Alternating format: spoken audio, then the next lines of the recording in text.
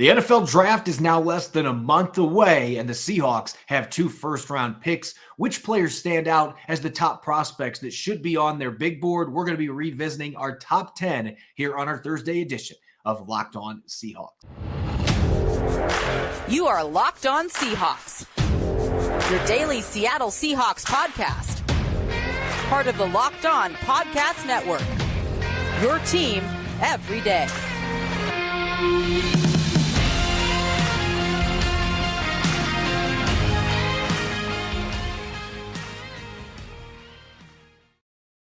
Greetings, 12. This is Corbin Smith, host of the Locked On Seahawks, your daily Seahawks podcast, part of the Locked On Podcast Network, your team every day. Glad to be joined for our Thursday episode by my co-host, Dallas Cooper, and a special thanks, as always, to all the 12s out there for making Locked On Seahawks your first listen 5 days a week. We're less than a month away from the draft. We're going to be revisiting our top 10 big boards, at least players that should be on the Seahawks top 10, holding the number 5 overall selection. So plenty of draft talk, and it's opening day in Major League Baseball. We're going to have a little fun creating some fantasy lineups if the Seahawks put together a baseball team. That should be a lot of fun. And Matt Dery of Locked On Lions will be joining us to break down new center Evan Brown, where he fits in Seattle's offensive line in the short and long term. This episode is brought your way by FanDuel Sportsbook, the official sportsbook of the NFL. Make every moment more. Visit FanDuel.com/LockedOn today to get started. Now for your lead story here on our Thursday edition of Locked On Seahawks. It might be hard to believe, but we are now less than a month away from the 2023 NFL Draft. The calendar is about to flip to April. It will be a matter of minutes before we are in Kansas City with the first round kicking off. And the Seahawks have 2 selections in that first round, including the number 5 overall pick that they received as part of the Russell Wilson trade with the Broncos. It's the highest pick John Schneider and Pete Carroll have had in their 14 years working together at the helm as Seattle's brain trust. And Dallas, now that we have moved into within a month of the draft, we've seen pro days, the combines in the rearview mirror. We've also got the Senior Bowl and all those things way in the distance now. We've had a chance to really look at these prospects. And so it's time to revisit our big boards, our top 10. And just to be clear for our listeners, this is Seahawks-centric. This is not necessarily us picking our top 10 prospects. There may be some players that are not on Seattle's big board just because they don't need that position. For example, offensive tackle. So we're going to be going through our top 10 big boards from a Seahawks perspective. And the big elephant in the room right now is Jalen Carter. With everything that's happened off the field, the ugly pro day workout, getting arrested for being involved in street racing that led to a death of a former teammate and a Georgia staffer at the combine. It has not been a good pre-draft process for Carter, and yet he is still one of the most talented players in this draft class from a football perspective. So what does that do for him on your big board? Does he plunge, or is he still near the top, Dallas? It hasn't changed nothing for me. Strictly on the field, I'm going to grade strictly on the field, He's the best overall player to me. Number 1, explosive first step, power, game wrecker. We saw what he could do at Georgia. Georgia oftentimes would have 5-man boxes. Teams would try to run on them, and they couldn't do nothing because Jalen Carter was manning the middle.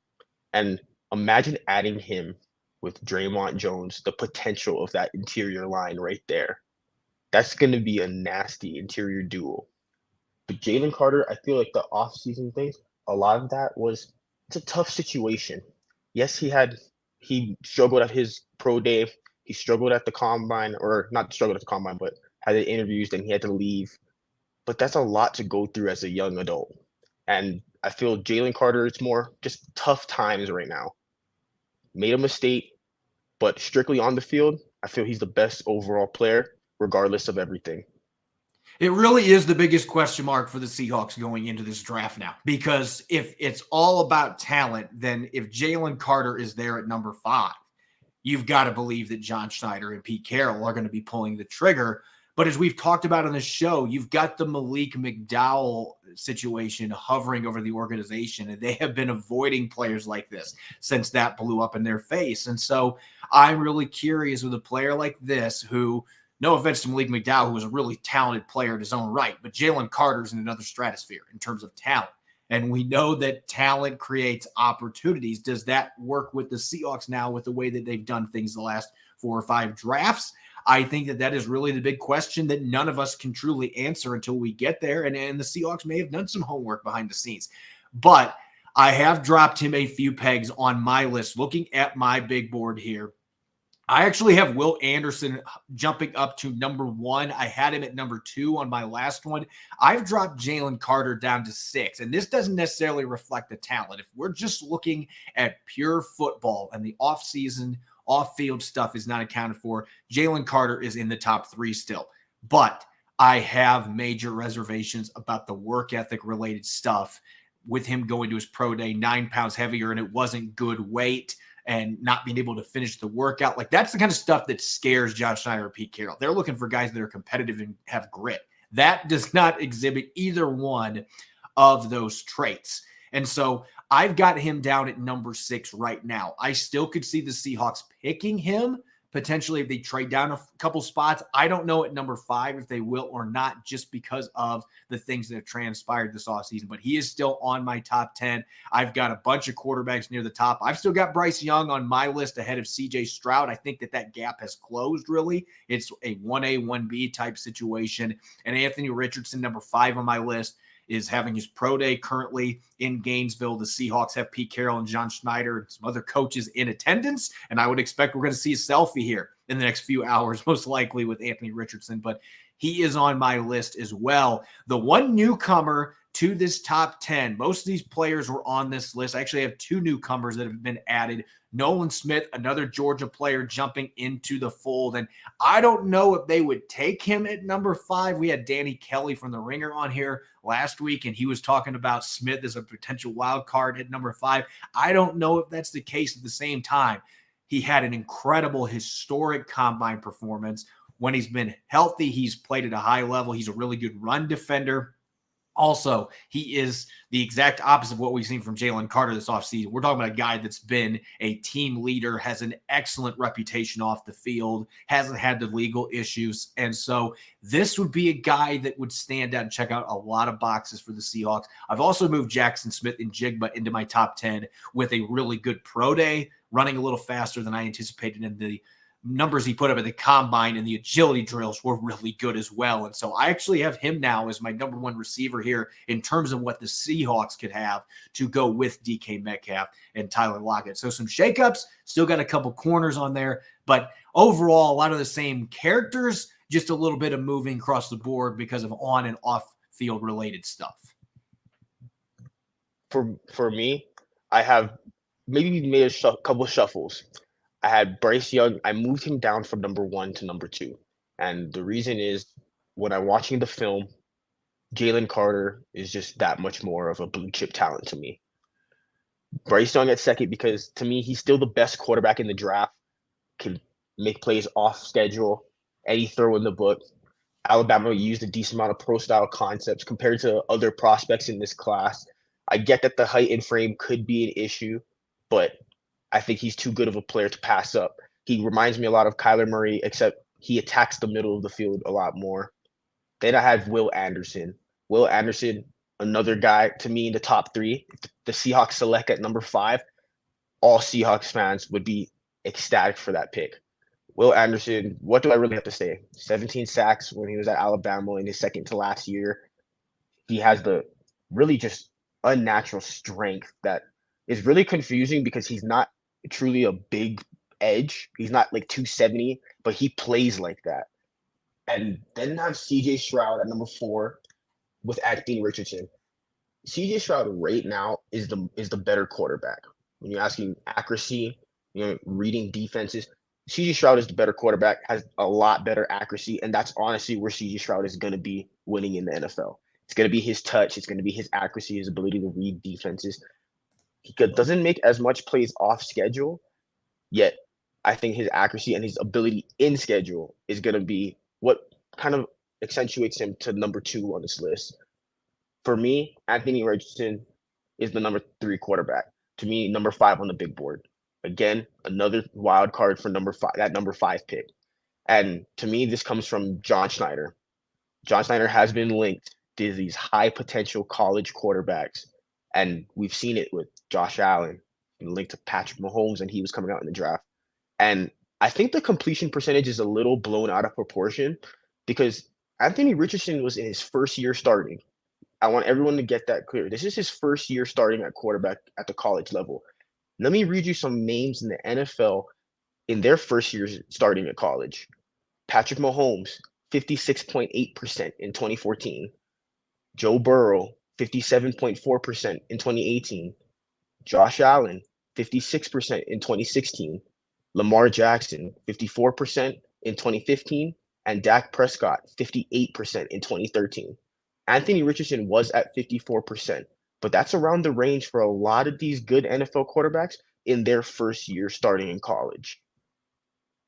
That's a really good point that you make there. In fact, now that's making me even more consider the possibilities with Anthony Richardson. So some good nuggets that you've got there on a number of quarterbacks that end up being NFL stars. Obviously had much better college seasons after that and made major strides, particularly players like Patrick Mahomes and Joe Burrow that ended up winning a national championship at LSU before being the number one pick overall by the Cincinnati Bengals. We're going to transition from draft talk to baseball. I know it's a Seahawks podcast, but it's opening day in Major League Baseball. The Mariners are going to be kicking things off today along with most of the teams in the league. And so we're going to have a little bit of fun creating some fantasy baseball lineups using football skill sets with Seahawks players. We'll have 1 through 9 and maybe throw in who our starting pitcher on day one would be as well. Going to have a lot of fun coming up next year on our Thursday edition of Locked On Seahawks. This episode is brought your way by FanDuel. The NCAA tournament has now reached the Final Four, and there's no better place to get in on the action than FanDuel, America's #1 sportsbook. That's because right now FanDuel is giving new customers a no-sweat first bet up to $1,000. That's up to $1,000 back in bonus bets if your first bet doesn't win. Just go to FanDuel.com/lockedon and sign up today to claim your first no-sweat first bet. Then you can wager on everything from the money line to point spreads to which team will be cutting down the nets, whether it's a blue blood like UConn or a Cinderella like Florida Atlantic, all on an app that's safe, secure, and super easy to use. So don't miss your shot at a no-sweat first bet up to $1,000 when you join FanDuel today. Just go to FanDuel.com/lockedon to sign up. Make every moment more with FanDuel. You're listening to the Thursday edition of Locked On Seahawks. I'm your host, Corbin Smith. Glad to be joined on today's episode by my co-host, Dallas Cooper. And a special thanks to all the 12s, as always, for making Locked On Seahawks your first listen 5 days a week. We greatly appreciate it. And for your second listen, make sure to check out the Locked On NFL Scouting podcast with the Draft Dudes. From free agency to the draft, salary cap management, and more, join NFL experts Kyle Krabs and Joe Marino as they take you through what it's like to build a successful NFL franchise every Monday through Friday. Find Locked On NFL Scouting with the Draft Dudes wherever you get your podcasts and on YouTube. All right, we're going to transition into a crossover episode of sorts because it is opening day in Major League Baseball. And Seattle is a baseball town. They're very fired up about the Mariners after they finally ended their playoff drought last year. Very high expectations in Seattle for this really young, exciting baseball team. And with that in mind, to celebrate opening day, we were talking about this as we were preparing for our show. We had some other segment ideas, and then it hit us. What would it look like if we tried to assemble a fantasy pickup baseball team with players on the Seahawks roster? And so let's come up with lineups and maybe a pitching staff and things like that, and use football skills to our decisions as those lineups. So without further ado, Dallas, I'm going to dish the mic to you first here, looking from a crossover perspective and a Seahawks baseball lineup. Let's start with the first couple of hitters. Who would be your leadoff hitter and who's following him up and why? I got Quandre Diggs to lead it off. And Quandre, I have him playing center field. He's got to be the center fielder. I mean, he does it in football. I mean, he literally is the free safety. He oftentimes is in the middle of the field. He's playing center field. As oftentimes we see him tweet, no seams, no posts. And that's his job. In baseball, there's no anything past the shortstop and the second baseman in that green grass, that's yours. And for me, Quandre's got to be that guy. He's got the speed, he's got the instincts, and the consistency. He's been there and always been able to be relied upon. And that's what you need about a first batter. You need a guy to always get on base. And then what next? What better than another reliable guy? And who's more reliable than a guy like Tyler Lockett? And Tyler Lockett, for me, I got him playing shortstop. Athletic. And Tyler Lockett, he is reliable, and you need that reliable glove at shortstop. The shortstop is often your best fielder, and it's just going to be a very just interesting to see, like Quandre and Tyler Lockett, the speed upon the base path. That would be fun to watch. Yeah, if this was 1970s or 1980s baseball with those two as your first two hitters, and by the way, I have those two at the same positions at 1 and 2 as well. Quandre Diggs, there's nobody on the roster that would be better suited to be the center fielder. And the other thing I love about him, I could see him being like the Seahawks' Ricky Henderson. When he gets on base, he's going to be yapping. And he's going to be chattering with the other team. And you know that he's going to be trying to be aggressive, stealing bases. And then Tyler Lockett's going to be the more reserved number 2 hitter, that 300 hitter that's going to be on base a lot, draw walks, be really patient. So a little bit different styles there at 1 and 2.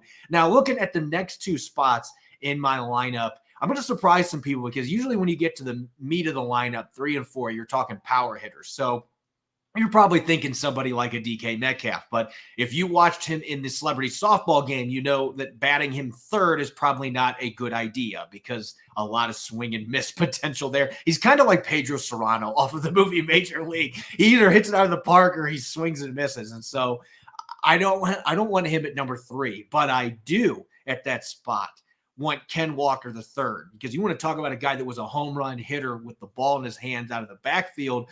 He would be one of those guys that would have that short, compact, quick swing, and he's underrated in terms of power as a running back. I think he'd be a guy that would surprise you with how many times he would smash the ball over the fence with that quick swing. And so I've got him at number 3. And then at the cleanup spot, you still got to have your heavy hitter. And Bobby Wagner is still a heavy hitter at this stage of his career. And I think him at the number 4 spot, he's going to be able to drive in runs just like he racks up tackles. So I've got those 2 guys in the meat of my order at number 3 and 4. And then Geno Smith behind him at number 5. Maybe a guy's going to hit you 15, 20 home runs, but he's going to hit for a high average, and he's going to be a precision hitter that can drive in runs. Little different style, but I think that meat of the lineup would be pretty fun to watch. For my number 3, I also got Kenneth Walker. And as you said, talk about a home run hitter, a guy, anytime the ball's in his hand, could have been a touchdown. Just explosive plays. And in baseball, what you need more explosive than a third hitter, and also brings dynamic speed at third hitter. So my lineup 1, 2, and 3, and your lineup 1, 2, and 3 each have dynamic speed. And then for me, I have a little bit different at number 4. I have Draymond Jones. Now, you're talking about size. Now, that's 285 at the 4 spot. Move on, baby. Like that, I'm going for home runs right now. I want a cleanup hitter that has potential to knock it out the park every time. And you're talking about a guy who is a quick learner and could read pitches quick. You're talking about a guy who just started football and only played 2 years of high school and then became, at that time, the best D tackle in Ohio. So you talk about a quick learner, a guy that's going to be just a dynamic force and very versatile at the number 4 spot. And I got him being the DH, got Draymond Jones. And for me, number 5, and as you said, still a hard hitter, even though he's a veteran now, Bobby Wagner. And for me, Bobby Wagner is the catcher. He brings that reliable defense and veteran presence that pitchers are going to need. You're going to need that guy to talk to a lot of times on the mound visits. And we've seen on the football field that Bobby Wagner's that guy in the huddle, talking to the guys. He's the guy on the sideline, rallying up the teammates. And that's what you need out of that catcher position, just a poised leader. Yeah, that's a really good point. Catcher was actually a position I considered for Bobby Wagner because of the leadership and communication skills, but a lot of times you see in left field in Major League Baseball, the guys that maybe aren't quite as athletic, but they still are good fielders. And sometimes teams hide guys over there. I wouldn't be hiding Bobby Wagner. Bobby Wagner's a well-rounded athlete, but at this stage, he isn't going to be playing center field. But I think he could play left field, especially with a little shorter porch over there. I think he can be a reliable fielder at left field. And looking at the rest of my lineup, my fantasy lineup here, I didn't mention all the positions. I've got Ken Walker the third at second base, Bobby Wagner's at left field, Geno Smith with that quarterback arm. I got to have him at the hot corner. He's playing third base for me. And then rounding out the lineup, I do have DK Metcalf batting sixth because I do think when he hits the ball, it's going to go a country mile, but I'm not going to bat him higher than that because I think the batting average will be below the Mendoza line. He's probably a 195 hitter. DK Metcalf would be Seattle's Joey Gallo. I think he's going to be hitting in the 190s, but he's going to hit you 25, 30 home runs minimum. He's going to drop bombs, and he can steal bases when he gets walks because of his athleticism. So there's still value there. I just wouldn't expect a high batting average from him. So I'm going to put him at the number 6 spot. And then rounding out the rest of the lineup, Phil Haynes, former stud basketball player. I just think the athlete that he is, I'm going to put him at first base, going to have that big body there, a guy that I think can smack some home runs and might surprise you with his athleticism. Noah Fant's actually my catcher, another guy that has the ability to be that leader, that communicator, that is going to have a good rapport with your pitching staff, and a guy that I think would be a solid hitter as well. And then rounding out my lineup, this will surprise some people, Mike Jackson in right field. He's just kind of got that backyard dog mentality, and you see that from him when he's playing cornerback. Had a really underrated season last year, hard-nosed grinder. That's the kind of guy I want batting ninth because typically that's a guy that's not known for being much of a hitter, but I want a guy that can draw walks, a guy that's pesky, a guy that doesn't go down easily, and a guy that's going to be a solid fielder. You know that Mike Jackson is going to be able to play that right field spot, and he's going to be able to cover a lot of ground. So I actually think Jackson would be a lot of fun at that spot, rounding out this lineup that's got a good mix of speed, power, and a few guys that I think could hit for a decent average as well. For my lineup, rounding out mine, I also had DK Metcalf as my 6th batter. Yet I wanted him in left field. And as you said, might hit below the Mendoza line. Yet it's gonna hit home runs, and that's what you want out of a 6th batter. You're not expecting too much. But him in left field and Quandre in center field, the potential range there. No fly balls would drop. There would be none. And then Geno Smith as my 7th batter, playing third base, as you said, cannon of an arm, and can make any throw in the book. Maybe even Manny Machado-esque, some of his plays. And then Will Dissly at first base. And I think Will Dissly, he's going to be that overlooked first baseman, does a lot of the grunt work. Maybe he scoops a lot of the dirt balls out. You know, there's going to be some errors from the infield. He's going to scoop a lot of them out, make up for those errors, and maybe they won't show up on a stat sheet because he's so good with the glove. And that's a lot of times what Dissly does on the football field. He does a lot of the blocking, does a lot of the grunt work that maybe won't get noticed by a lot of people, but it's what allows everything to go and what allows everything to be successful. And then lastly, I got Tariq Woolen out in right field. And again, I talked about range. Think about Quandre Diggs in center field, Tariq Woolen in right field, and DK Metcalf in left field. It's a lot of athleticism in that outfield. Nothing would drop out there. That's why I wanted that. I just wanted the range in the outfield. And as you said, that junkyard dog mentality with Mike Jackson, I think that shows up with Tariq Woolen as well. 5th round pick in last draft, made himself into a starting cornerback in week 1, and then held the job not only to just be solid, but had an overall great season and contended for Defensive Rookie of the Year. And for Tariq Woolen out in right field, just everything that applies to, it would apply him to baseball. Everything that he does, his range, his mentality on just attacking everything, that's what you need. And it's going to be Billy Hamilton-esque. I don't know if a lot of the audience remembers him, but Billy Hamilton, just a guy, 9-hitter, extremely fast, going to get 60 stolen bases on the season. Might not get on the base path a lot, but when he does, man, you got to watch out. Tariq Woolen as the number 9 hitter with that speed. God, you could have him, then Diggs, then Lockett. I mean, my old-fashioned baseball purist mentality, I'd be running a lot of stolen bases, a lot of hit and runs with this team, hoping my guys can make contact, of course. But this is a fun exercise. To round things out real quick, who is your starting pitcher on day one, on opening day for the Seahawks? Ooh, my starting pitcher, and this is gonna surprise a lot of people right here. Kobe Parkinson. Why? Because he's 6'7". That's specifically why right there. That's all I gotta say. Imagine a starting pitcher being 6'7", like 260 as a tight end. Like that's a guy who built like the CC Sabathias, the Randy Johnson, those big starting pitchers that they when the baseball is thrown, it comes down in an angle because they're so tall. I think Parkinson would be the starting pitcher for the Seahawks.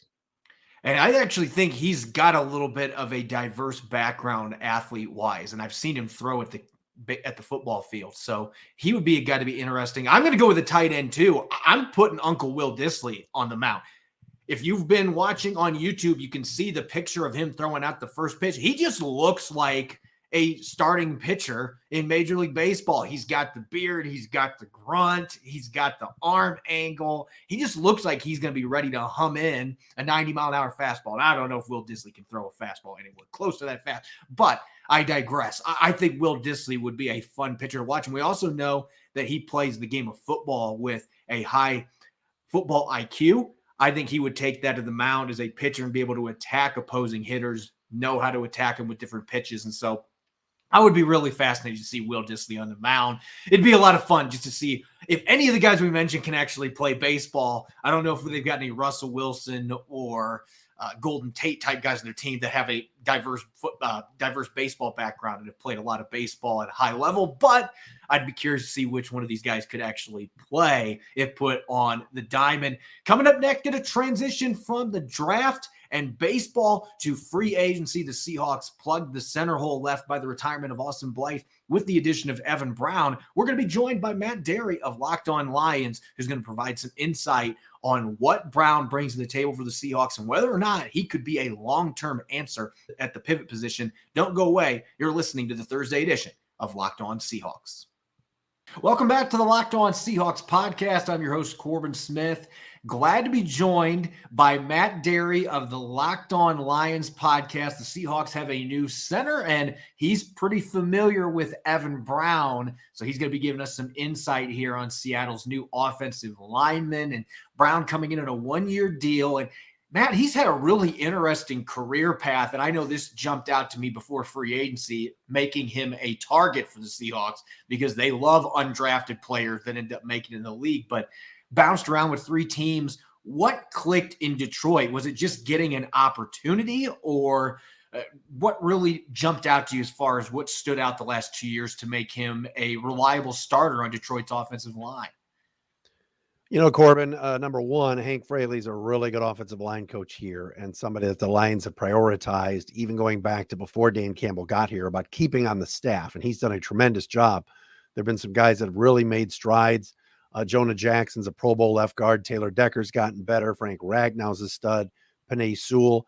And anytime they've kind of just had to move bodies around, especially at right guard, whether it was Evan Brown or anybody else, Dan Skipper, the guys have performed. And 2 years ago, if you remember, Frank Ragnow was lost for the year early in the season, their Pro Bowl center due to injury. And it's like, all right, what do we do? And they put Evan Brown in there, and he did a really good job. And it was a bad team, and they only won 3 games. But with not a lot of weapons, and Jared Goff at the time, kind of an average quarterback behind them, one of the risers was the fact that, wow, we've got some depth now. Ragnow can come back in 2022, and Evan Brown could play center guard anywhere. Then Halapulavati Vaitai goes down with injury in training camp last year, and it's like, all right, let's just stick Evan Brown in there at right guard. Didn't do as well. So I think he's more of a center, but he's a solid guy. He's been coached up, like you said, and I think this is a good opportunity for him to become a center again in Seattle. At least I think that's what they're thinking. And on a one-year deal, kind of prove that he can play in this league. He's only 26 years old. Were you surprised at that price point? I think it was $2.25 million for this season that Detroit didn't bring him back. I understand they have a lot of depth and talent on that line, but that doesn't seem like a very big price tag. You know, I think this was more about opportunity. I know a lot of times, Corbin, it's about money, but I think in this instance, the Lions went, you know what? We love Evan Brown and we'd bring him back as a backup, but our center is Frank Ragnow is one of the best top 5 centers in the league. So Evan Brown's going to get an opportunity in Seattle to be the center. And so I think for both sides, it's like, hey, Lions brought back a lot of their own guys. Guys took pay cuts to stay because of what's going on here and how positive it's been. Charles Harris, Romeo Okwara, they brought back Alex Anzalone. They're bringing back a lot of their guys. Jamal Williams, they wanted back. He balked at their offer, and they plucked David Montgomery from Chicago. But I think this was more about giving Evan Brown a chance to start at center. You weren't getting that chance here with Frank Ragnow. Yeah, he had a pretty big roadblock in front of him with Ragnow, who's one of the best in the business at the pivot position. You look at the last couple of years, you mentioned that last season did not go quite as well for Brown, and Pro Football Focus numbers indicate that. The film that I watched indicated that. I thought he looked fantastic in 2021 in the starts he had at center. Even last year, the start he had against Washington at center played really well in that game and didn't give up any pressures. What do you think is the difference there? Because, he's a guy that mostly has played center dating back to his time at SMU in college, but at the same time, he just didn't look like the same guy in pass protection at right guard last year. What do you attribute that to? Was it just the lack of experience at that position, or? I don't know. I think as the quarterback of the offense, kind of calling out some signals, some variations that the defense is doing, blitz packages and snapping that football and going. I think, and I've never played the game, so I'm not going to sit here and tell you I know what it's like to be under center, but or be under the football. But I just thought he liked that role. He knew, all right, Frank's done for the year. This is my job in 2021 to do the entire thing. And last year it was, all right, Vaitai goes down. Evan Brown was going to slot in, but they had some other guys they were kind of considering at that time too, like Tommy Kramer, who was more of a right guard as a backup. And is it, all right, are they going to move Evan Brown to the left, Jonah Jackson back to the right? No, let's not mess with that. There was even some talk with the way that Brown had struggled in some games last year. Would they move Sewell to guard and have some of the other tackles, Stenberg and some other guys move out wide. So they had a lot of options. Matt Nelson was another guy that started at tackle. So they had some options. So I think with Evan Brown 2 years ago, it was, all right, Frank's out, you're the guy, and that was it. Last year it was, all right, what are we doing here? Are we definitely moving him to guard? So I think he's just a natural center. I think that he's physical. And I think last year at guard, it just didn't work for him. He just didn't perform as well. I just think he's just a center. It's not, most guys can move around. We've seen it before. There's talk about Skoronski maybe to the Lions at 6 to be the next right guard if Vaitai's injury precludes him from coming back. But he's also, these guys that can play center and guard, some guy, Ragnow played guard, but I just think he's just a center, and I think he'll do a good job in Seattle. You look at his skill set, you mentioned the physicality, but what makes him a quality center? Because that position compared to the rest of the offensive line is not just about the brute strength or the blocking ability. There's so much more that goes into that position. And the fact he did play that spot at SMU, almost 50 starts in college, certainly helped him coming into the league. But what jumps out to you as far as strengths that he can bring to Seattle's offensive line? And they have not had a good center in a long time, so they are desperate for one.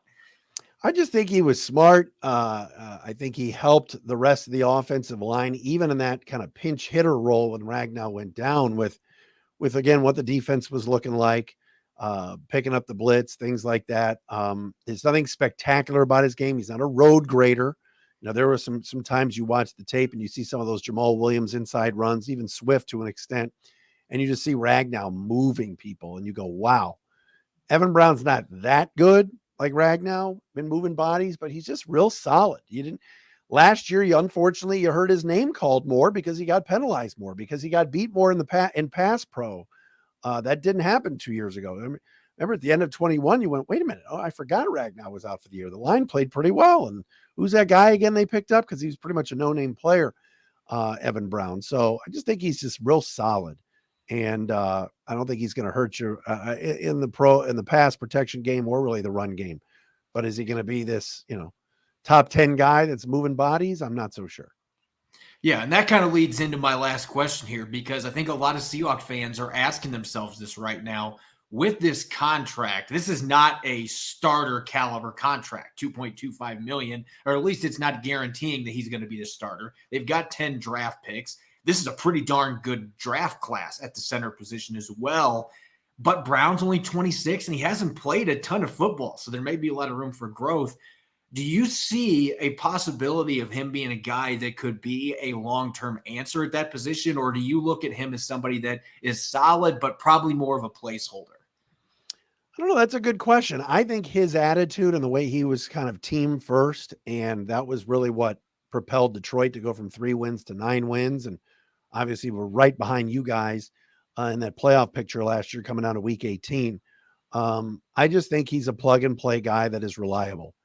If you were to draft a center, I don't think Evan Brown's going to pick up the phone, call John Schneider and go, WTF, what are you doing? I thought I had the job. I think he's going to say, I'm happy to be here. I'll compete, have a good attitude about it.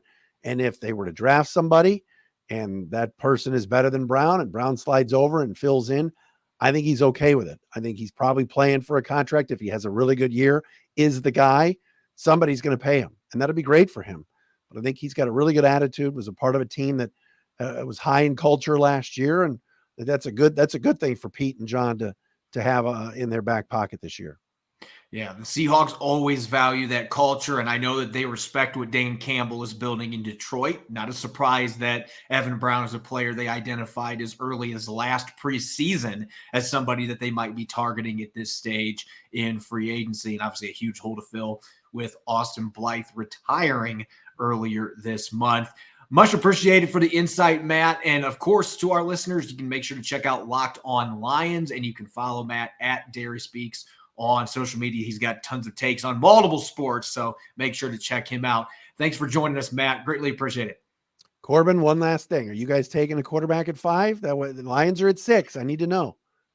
Maybe. That's what I'll say right now. I don't think it's a complete smokescreen. I will just say it that way. I don't think that Pete and John are just taking selfies because it's fun and they like using their cell phones. But I also don't think they're necessarily favored to draft a quarterback at that spot either. So Detroit's going to be left in the dark a little bit. It's officially draft season. No question. All right, Corbin, thanks. As always, you can follow me on Twitter at Corbin Smith NFL. You can follow Dallas at Dallas C. Cooper. Subscribe and follow Locked On Seahawks on YouTube and all major podcast platforms for free to ensure you don't miss an episode. Coming up on our Blue Friday episode to cap off the week, it's going to be our first live mock draft of the season. Dallas and Nick Lee will be joining me. The three of us will be working together as Seattle's brain trust to put together a 2023 draft class. It'll all be going live. You won't want to miss it. Thanks for listening in. Go Hawks.